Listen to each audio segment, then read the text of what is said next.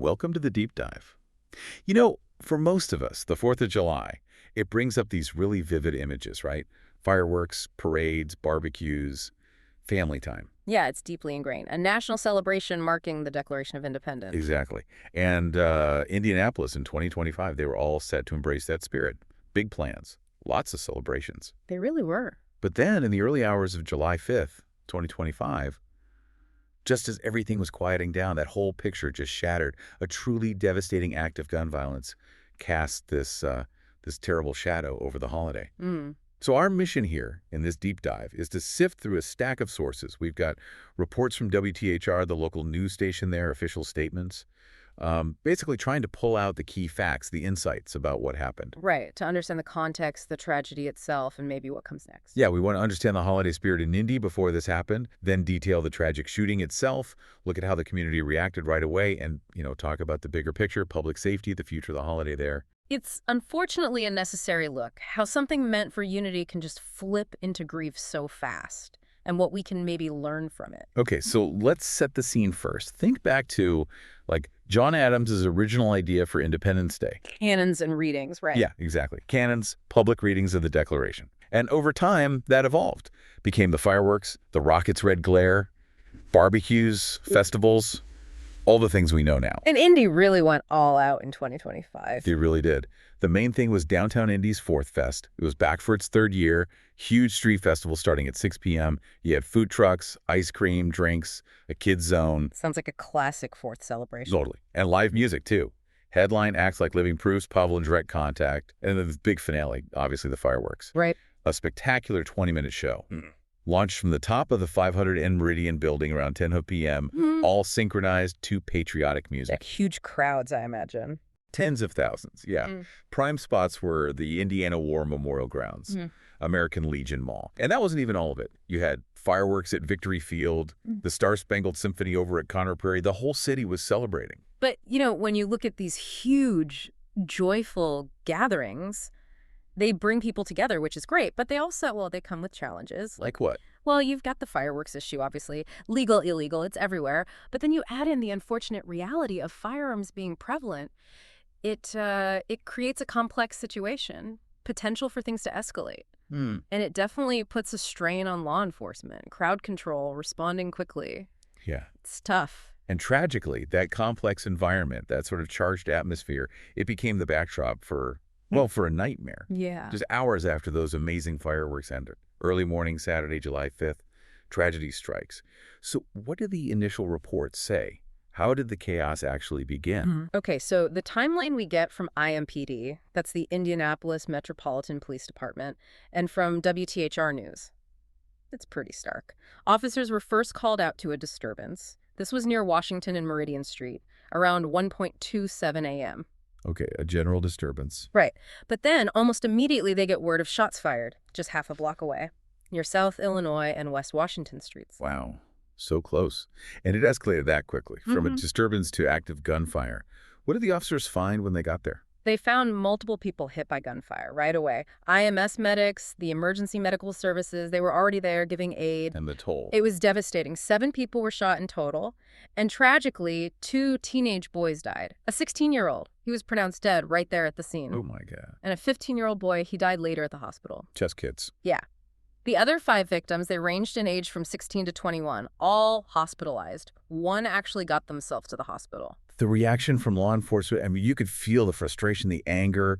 Police Chief Christopher Bailey. Yeah, he was visibly angry, heartbroken too, you could tell. He called the violence completely unacceptable and unnecessary. And he had some really strong words for parents. He did. He said, hundreds of unsupervised kids down here. We are not your children's keepers. You are. And parents and guardians have got to step up. A kid is dead tonight. Wow. Just raw emotion there. Did he give any other details about that night? Yeah, Chief Bailey mentioned that about 20 people were arrested overnight for various reasons, not necessarily directly tied to the shooting itself. And they recovered multiple firearms from the area. Okay. But he was clear it wasn't immediately known if those specific guns were used in the shooting. He also pointed out something else pretty alarming. Even before the mass shooting happened, police had already confiscated guns from 2 other juveniles downtown earlier that night. Including an assault rifle, right? Including an assault rifle, yeah. Yeah. It really paints a picture of, well, the situation police were dealing with. Mayor Joe Hogsett, he also responded quickly. Condolences, condemned the violence, and he announced immediate steps, right? Like enforcing the youth curfew downtown more strictly. Exactly, trying to regain some control. So what about the investigation itself? Where did things stand shortly after? Well, as of July 6th, the day after, the motive was still unclear. No specific suspect or suspects had been identified officially, although they did detain 7 individuals for questioning. But their involvement wasn't confirmed. Not confirmed, no. IMPD was heavily relying on surveillance footage from the area, and the city announced plans to add even more security cameras downtown and also bring in the Indiana State Police for assistance. All right. And it's crucial to add, this wasn't happening in a vacuum. This specific incident was horrific, but that whole 4th of July weekend in 2025, it saw multiple shootings across the country. I remember hearing about Philadelphia, Chicago. Yeah, mass shootings reported in those cities, too. And even in Indianapolis itself, the weekend before the 4th had been incredibly violent. 7 people killed, 9 injured in various incidents.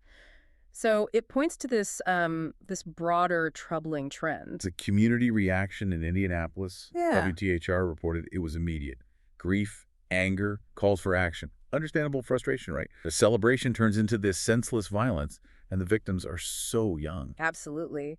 And Chief Bailey's comments about parents, about accountability, they really struck a chord. You think so? Yeah, it seemed to resonate widely. It tapped into these existing concerns about, large groups of unsupervised young people downtown and the accessibility of firearms. You saw community groups, faith leaders mobilizing almost instantly, offering support, organizing vigils, trying to find ways to heal and, demand change. That collective responsibility piece seems key. It often is after something like this. So the immediate response included calls for policy changes, too.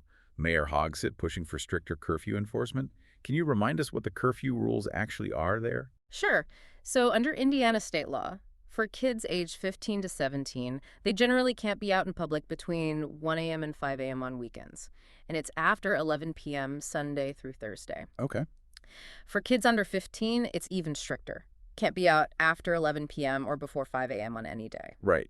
What's the general idea behind curfews like that? And, do they actually work? Well, the aim is pretty straightforward. Reduce the opportunity for young people to be involved in or become victims of late-night crime. But their effectiveness, that's always up for debate. How so? Some argue they just shift the problem, move it to different times or places. Others point out they can be really hard to enforce consistently. And beyond the curfew, city-county council members there in Indy suggested they might look at other local rules. Like what? Potentially things like regulations for food trucks operating late at night. But you also had community advocates pushing back a bit, saying, look, enforcement is one thing, but we need long-term solutions, meaning investments in education, mental health services, programs to reduce poverty, creating real opportunities for at-risk youth. They argue, quite reasonably, that violence like this often stems from deeper social, economic, and systemic issues. Right, it's complex. It's not just about policing the immediate situation. Exactly. There's research, for instance, that often shows a link between sustained funding for youth programs and actual drops in violence over time. It suggests law enforcement is critical, yes, but it can't be the only answer for long-term safety. And Chief Bailey's comment again about hundreds of unsupervised kids downtown. It really does make you think about, where are the safe spaces? What about communal supervision, especially late at night? It's a huge question. Right. So if we pull back and look at the bigger picture from that point, say July 6th, 2025, what are the really critical questions still hanging in the air? Okay, yeah. What were they? Well, first, the motive. What actually caused the shooting? Was it a specific fight that escalated? Was it random violence, gang-related? Without knowing the why, it's hard for the community to process. Right. Understanding is part of healing. Exactly. Second, the suspects. Okay, 7 people were detained, guns were found. But who actually pulled the triggers that killed those 2 teenagers? Getting justice relies on the ongoing investigation, the surveillance footage, witnesses. Yeah, accountability is crucial. And finally, the long-term impact. How does something like this change a city's relationship with a major holiday like the 4th of July? Will future celebrations in Indianapolis see, much heavier security? Will people gather differently? Will it actually lead to that renewed focus on youth programs we talked about? And if so, what will they really look like in practice? So, wrapping this up, The 4th of July, 2025, in Indianapolis. It's going to be remembered, sadly, not just for the fireworks, but for this profound tragedy. A really stark, painful reminder that, the pursuit of liberty, happiness, everything the holiday stands for. It feels Yeah. pretty far away for some people when faced with this kind of gun violence. Yeah. And the immediate reactions we saw from WTHR reporters on the ground, from Chief Bailey, from Mayor Hogsett, they quickly became part of that larger national conversation. About youth supervision, yes, but also about guns, about societal factors. Chief Bailey's emphasis on parental accountability, it really highlights this idea of shared community responsibility. Hmm. And the whole event just underscores this urgent need for comprehensive approaches. It can't just be about law enforcement, right? It has to include looking at city ordinances, maybe using more surveillance, definitely building better police-community collaboration. And crucially, that call for sustained investment. Programs offering positive alternatives for young people, addressing those root causes like socioeconomic disparities, and promoting responsible gun ownership too. All of it has to be part of the conversation. So, thinking about all this, Mm.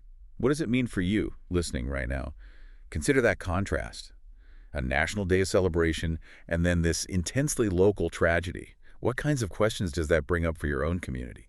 How do you balance celebrating that fundamental right with the absolute need to keep everyone safe, especially during big public events, especially for young people? Yeah, how can communities bridge that gap between cherished festive traditions and preventing these absolutely heart-wrenching events? What role could you or should you play in that conversation where you live?